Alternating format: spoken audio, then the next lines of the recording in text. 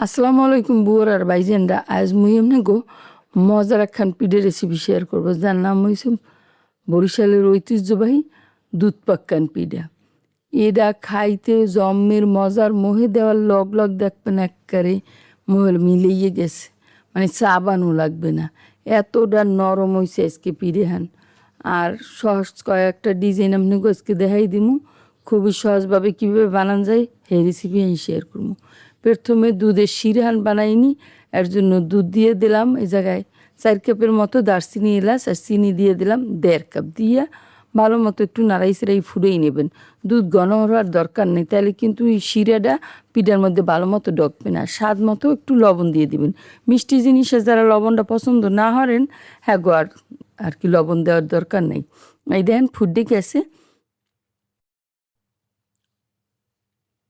একটা বলক দিয়ে লইলি হইবে, খুব বেশি আর ফুটানোর দরকার নাই, তাইলে ঘন হয়ে যাবে। আর ঘন হয়ে গেলে পিঠার মধ্যে শিরেটা ভালোভাবে ঢোকে না আর কি।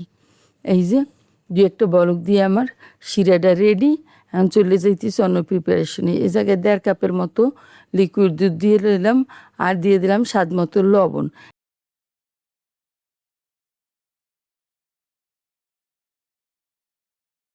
এখন আর কি ওই যে ডোটা রেডি করার জন্য দিয়ে দিলাম এই জায়গায় 1 কাপ পরিমাণে ময়দা দিয়ে দিছি, আপনারা চাইলে চাউলের গুঁড়ো দিয়েও বানাই দিতে পারেন। আর 1/2 কাপের মতো দিয়ে দিলাম সুজি।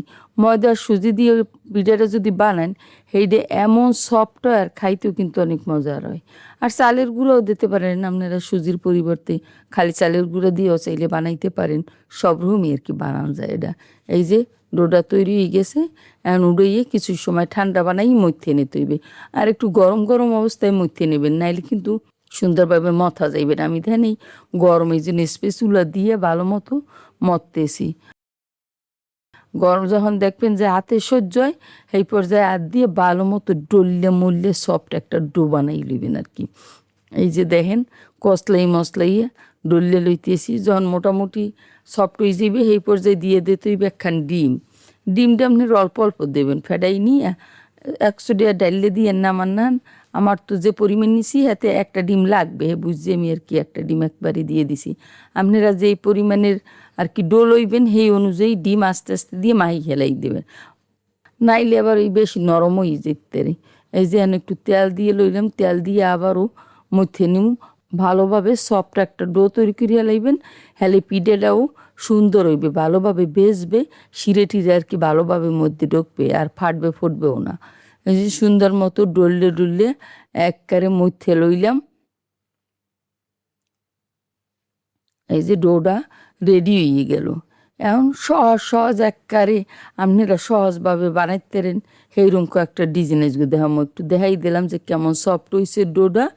একেবারে প্রথমে এইরকম একটা রুটির আকারে বেললে হেদে কাটলেও পিঠের শেপ দিয়ে নিতে পারেন, বা মন হান এইরকম গোল গোল বানাইয়েও পিঠের শেপ দিয়ে নিতে পারেন।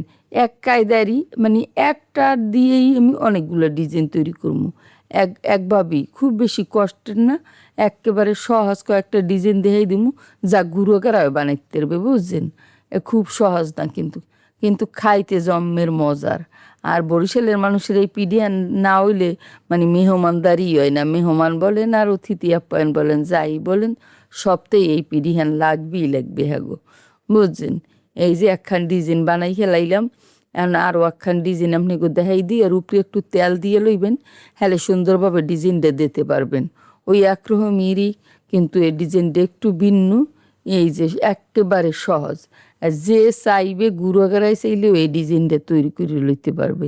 একের জম্মের সহজ, বুঝছেন।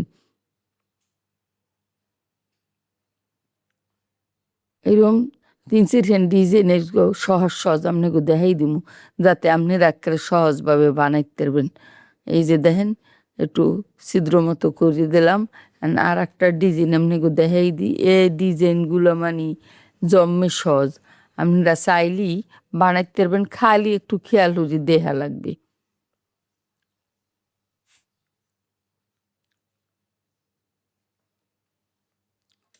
এই যে দেখেন আরও একখান সহজ ডিজাইন কিলো তৈরি হয়ে গেল। এখন আর দিয়ে একটু এই যে চেপে দেবেন এইরকম, কয়েন এই ডিজাইনগুলো জম্মের সহজ না, আপনারা চাইলেই বানাইতে পারবেন বুঝছেন। আরও একখান ডিজাইন দেখাই দিই। এই যে দেখেন কেমনে ডিজাইনগুলো বানাই, জনমের সহজ বুঝছেন, কিন্তু দেখতেও সুন্দর দেখা যায়, খাইতে তো মজার। হ্যাঁ, তো আর কি বানাইলেই আপনারা বুঝবেন যে এটা কেমন বেমালা মজার পিঠে একটা।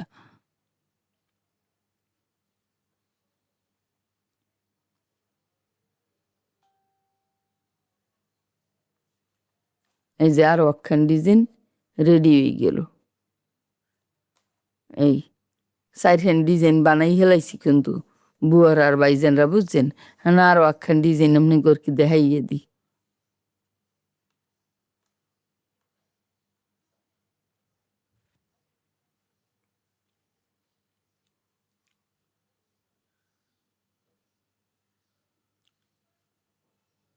এই যে এখন একটু এই পাতার না শেপ দিয়ে দেবেন এরকম। এই জনমের সহজ।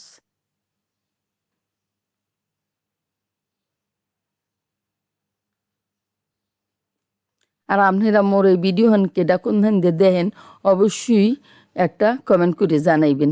হ্যালো, মুই আপনাকে একটু ধন্যবাদ জানাইতে পারবো যে আপনারা কেডা কোথায় দিয়ে ভিডিও হন দেখলেন। এই যে ডিজাইনগুলো সব করা হয়ে গেছে, এখন কি বাজার পালা। একটু দেখাই দিই সুন্দর মতো। মুই চুলা একখান পাইলে বইয়া হালকা তেল গরম হরিয়ে লইছি, খুব বেশি গরম হরিয়ে লইবেন না। হ্যালো কইলে ওই পিঠের উপরে গুড়ি গুড়ি উঠবে, অর্থাৎ দানা দানা উঠবে। সেই পিঠে দেখতেও ভালো দেখে না আর খাইতেও ভালো লাগে না বুঝছেন। এরকম হালকা যখন দেখবেন যে আর দিয়ে সহ্য হয় গরমটা, হে পর্যায়ে পিঠেগুলো আস্তে আস্তে দিয়ে দিতে হইবে। দিয়ে মিডিয়াম হিটে উল্টাই পাল্টাই বাজতে লইবেন পিঠেগুলা। সময় লইয়ে বাজতে হইবে। যত সুন্দরভাবে পিঠেটা বাজবেন এর শিরাটা তত সুন্দরভাবে মধ্যে একেবারে A to Z ঢুকে তুললে নরম হয়ে যাইবে। আর বাজার সময় একটু ফাটতে পারে, এতে টেনশনের কিছুই নেই। বেজের পরে দেখবেন যে হ্যাঁ সব মিলে গেছে, কোনোই সমস্যাই নাই। এই যে উল্টাই পাল্টাইয়ে সুন্দর একটা কালার হওয়া পর্যন্ত, আর যেন পিঠেগুলো মশমশা হয় সেই পর্যন্ত বাজিয়ে নিমু মিডিয়াম লো হিটে। খুব বেশি চুলার হিট দেবেন না কইলো, হ্যালে কিন্তু পিঠের মধ্যে কাঁচা থাকবে। সেই পিঠে যদি ভিজেন হ্যালে হইবে কি মধ্যে একখান দলার না হইবে, কাটতে যাইবেন চামচ সিট ডেকার কপালে উঠবে বুঝছেন। এই যে দেখেন কেমন সুন্দর ভাজা হয়ে গেছে। এক খোলা বাজিয়ে দেখাই দিলাম। এরপরে এর মধ্যে সবগুলো বাজিয়ে নিছি। বাজিয়ে উষ্ণ গরম থাকতেই শিরা এই যে দিয়ে দিলাম, দিয়ে ঢাকিয়ে রাখতে হবে। ঘন্টা 2-1 মতো ভিজেই রাখলেই সুন্দরভাবে ভিজে যাইবে। দেখেন পিঠে ভিজে গেছে। মুই আপনাকে একটু দেখাই দিই কাঠটাও যে কেমন ভেজছে, কেমন তুললে নরম হয়েছে বুঝছেন। একেবারে রস খাইয়ে তুলার না নরম হয়ে গেছে। দেখেন চামচ দেওয়ার লগ লগ করলে কাটে গেছে। দাঁড় দিয়ে একটু দেখাই দিই একের মধ্যে টস টসার রস। এই আর অখান কাটে দেখাই দিই আপনাকে মধ্যে কেমন রস। এই দেখেন টস টস করে রসে, ওই পরে ফোটা কাটে বুঝছেন। তা মোর ভিডিও আজকে এইখানেই শেষ করলাম। আপনারা সবাই অনেক ভালো থাকেন। আল্লাহ হাফেজ।